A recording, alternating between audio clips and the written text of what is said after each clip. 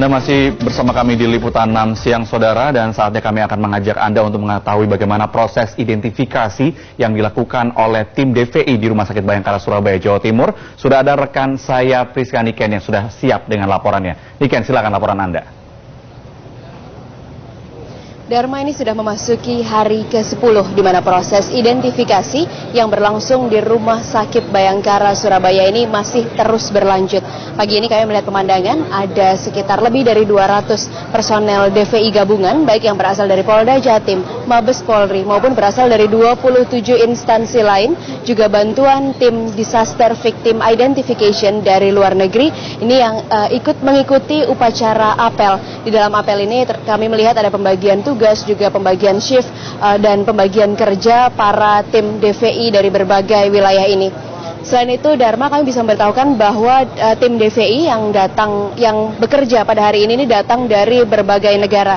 Selain dari 27 instansi dalam negeri yang kemarin sempat disampaikan kepada kami, sekitar 229 orang personil dari tim DVI yang saat ini tengah bekerja di Rumah Sakit Bayangkara Surabaya milik Polda Jatim ini juga berasal dari Singapura, Australia, Malaysia, Korea, dan Arab. Memang tim dari Malaysia ini baru dijadwalkan datang hari ini, dan pagi tadi tim dari Arab Saudi ini juga terlihat sudah berada di lokasi Rumah Sakit Bayangkara untuk segera bekerja dan mengidentifikasi jenazah yang berada di Rumah Sakit Bayangkara Surabaya.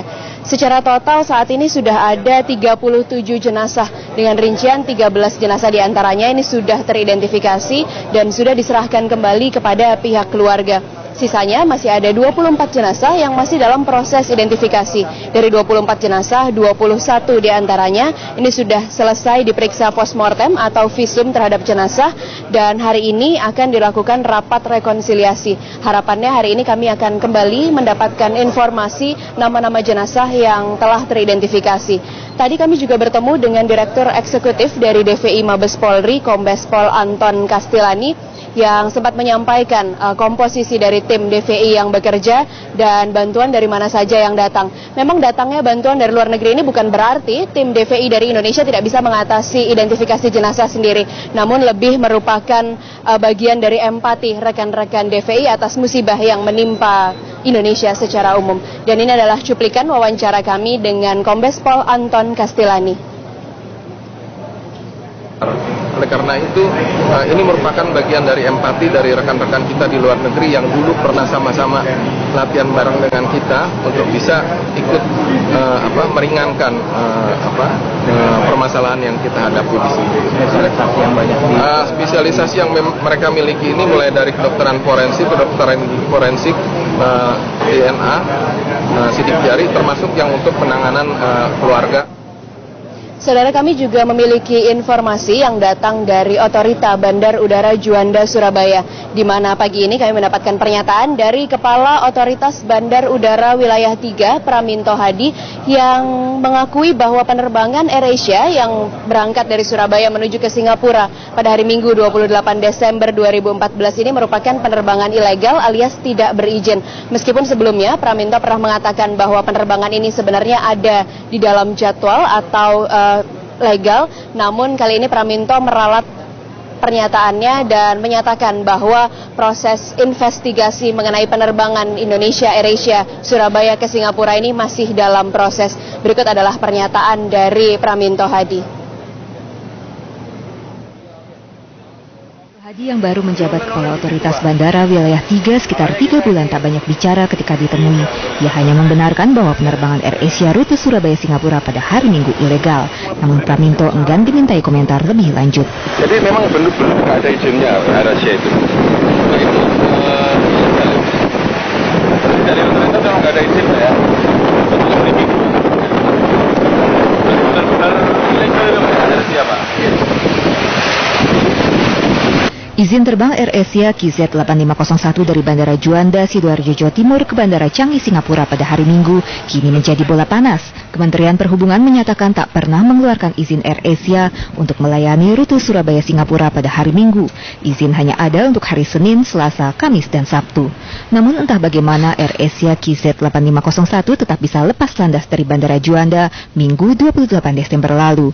AirAsia memang telah mendapatkan slot penerbangan dari Bandara Juanda ke Bandara Changi, Singapura pada hari Minggu mengikuti jadwal penerbangan winter. Namun ternyata penerbangan itu tak memiliki izin. Kini siapa yang meloloskan penerbangan AirAsia KZ8501 menjadi pertanyaan besar. Eko Yudo melaporkan dari Sidoarjo, Jawa Timur. Saudara, meskipun ini sudah memasuki hari ke-10, tapi kami tidak melihat adanya perbedaan situasi. Pihak keluarga masih setia datang dan menunggu bagaimana hasil identifikasi. Demikian pula tim identifikasi dan tim terkait yang berada di sini seolah tidak kenal lelah untuk terus melakukan pekerjaannya. Apapun informasi terbaru dari sini, saudara, akan segera kami sampaikan kepada Anda. Sementara demikian, kita kembali ke Jatidharma di studio. Ya, Priska Nika melaporkan langsung dari Rumah Sakit Bayangkara, Polda Jawa Timur, tempat di Kota Surabaya. Terima kasih, dan sebelumnya tadi ada rekan kami, Desa Aprididi di Pangkalan Bun. Dan saudara, kami akan terus memberikan informasi terbaru terkait dengan kecelakaan pesawat AirAsia KZ8501 ini di Liputan 6 petang. Dan sementara itu, kami akan ajak Anda untuk informasi lain di mana evakuasi yang tersangkut atau evakuasi truk yang tersangkut di jembatan penyeberangan atau maksud kami 13 nelayan di Situbondo, Jawa Timur yang sempat dinyatakan hilang karena diterjang gelombang tinggi akhirnya ditemukan tim SAR gabungan. Saat kapal tim SAR merapat di Pelabuhan Kalbut, ratusan warga termasuk keluarga para nelayan langsung menyambut mereka. Sejumlah keluarga bahkan tidak kuasa membendung tangis. Ke-13 nelayan itu selamat meski kondisinya tampak lemah karena kehabisan bekal dan terombang-ambing di tengah laut. Perahu mereka ditemukan nelayan lain yang turut melakukan pencarian bersama tim SAR gabungan.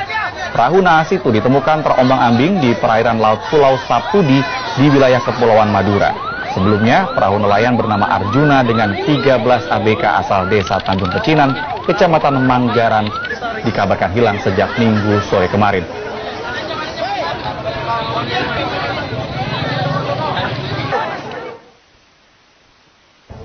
Kita ke Bogor, saudara. Evakuasi truk yang tersangkut di jembatan penyeberangan di ruas tol Jagorawi Gunung Putri, Bogor, Jawa Barat sudah rampung. Truk sudah lepas, namun sebagian jembatan di kilometer 21 itu terpaksa dipotong untuk memudahkan evakuasi.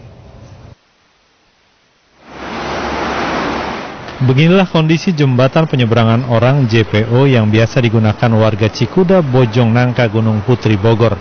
Jembatan yang berada di atas lajur tol Jagorawi dari Bogor menuju Jakarta ini terpaksa dipotong. Di ujung jembatan dipasang tanda larangan melintas, sementara di bagian ujung jembatan yang terputus ditutup bambu dan kawat.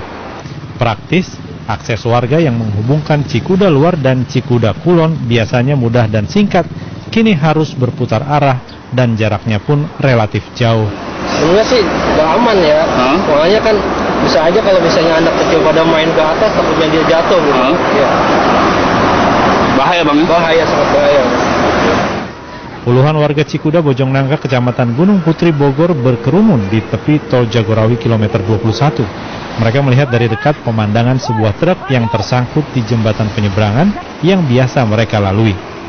Menurut warga, ini terjadi pada malam hari yang diawali dengan suara benturan cukup keras. Diduga hidrolik truk mengalami gangguan atau sopir tidak sadar jika hidrolik truk naik hingga baknya terangkat. Insiden serupa juga pernah terjadi di beberapa negara. Di Durham, North Carolina, Amerika Serikat, sebuah truk pengangkut barang menabrak bagian bawah jembatan karena sopir tidak memperhitungkan tinggi jembatan.